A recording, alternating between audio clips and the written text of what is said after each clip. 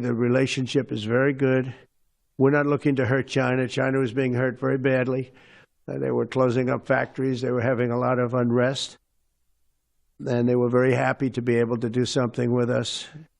And the relationship is very, very good. I'll speak to President Xi maybe at the end of the week.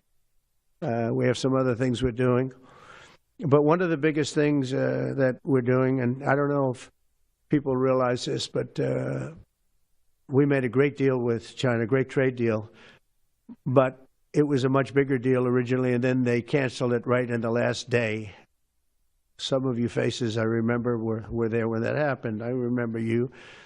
And we had a deal where they opened up their country to trade with the United States. And they took that away at the last moment, and then I canceled the whole thing. And then 6 months later, we ended up doing a smaller deal. But it was a big deal. It was $50 billion worth of product that they were going to purchase from our farmers, et cetera. And we agreed to that. People thought it was 15 because they were doing 15. We made it 50 because I misunderstood the 15. I said, you got to get 50. Because when I asked, if you remember the story, when I asked, what are we doing with them? My Secretary of Agriculture at the time, Sonny Perdue, said, sir, it's about 15 billion and we're asking for 15. And I thought he said 50. So I said, so they came back with the deal at 15. And I said, no way, I want 50. Because you said 50. They said, sir, we didn't say that. Anyway, bottom line, I said, go back and ask for 50. And they gave us 50. And they were honoring the deal. And we would call them up a lot for the corn and for the wheat and for everything. They were honoring the deal. And then when Biden got in, they no longer honored the deal. There was nobody to call. I would call on an average of once every 2 weeks to say, come on, you have to speed it up a little bit. And our farmers were doing great. I said to them, buy more land and bigger tractors, if you remember. That's what happened. But the deal was a very good deal. But the best part of the deal was that we opened up China. China agreed to open itself up to American business to go in. And it would have been a great thing, I think, for China. They would be able to see things that they haven't seen. They would be able to buy products that they had never been able to buy. Would have been great for American business. I think it would have brought unity between China, better unity between China and the United States.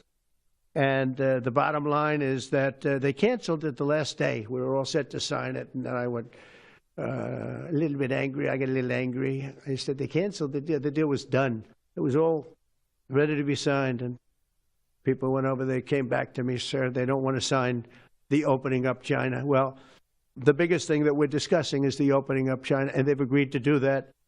But it's going to take a while to paper it. You know, that's not the easiest thing to paper.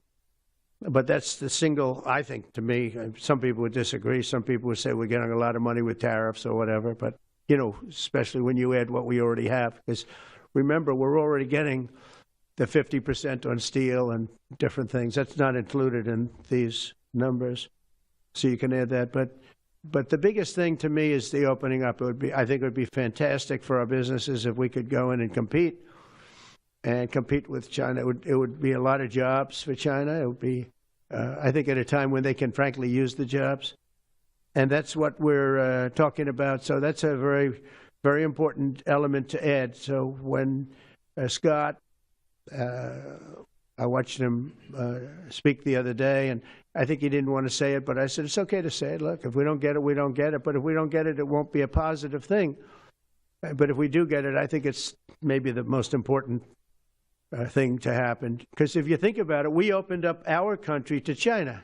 They have very few restrictions. And they didn't open their country to us. Never made sense to me. It's not fair. And they've agreed to open China, fully open China. And I think it's going to be fantastic for China. I think it's going to be fantastic for us. And I think it's going to be great for unification and peace. This is incredible. This is big news from the White House. It's just it's extraordinary. And you know what's fascinating to me is the American people collectively, it's almost like it's too much to absorb. Look at the list of the last few days. The trade deals. Signing, and again, the purpose of the ceremony there was to sign the executive order to fight the U.S. drug price gouging by Big Pharma, slashing drug prices up to 80%. And what are the Democrats reduced to doing? In the last hour or so, I thought it'd be kind of instructive to look at social media, look at people like Eric Swalwell. I told you he would cave. That's what they're saying. They're saying he caved. So when he imposed the tariff talk, they were losing their minds, lighting their hair on fire. Can't do that, can't do that, can't do that. Now there's a reset, and there's a breakthrough trade deal with China, resulting in trillions of dollars being added to the U.S. stock market. All this great stuff, what do they have to complain about? They've got nothing.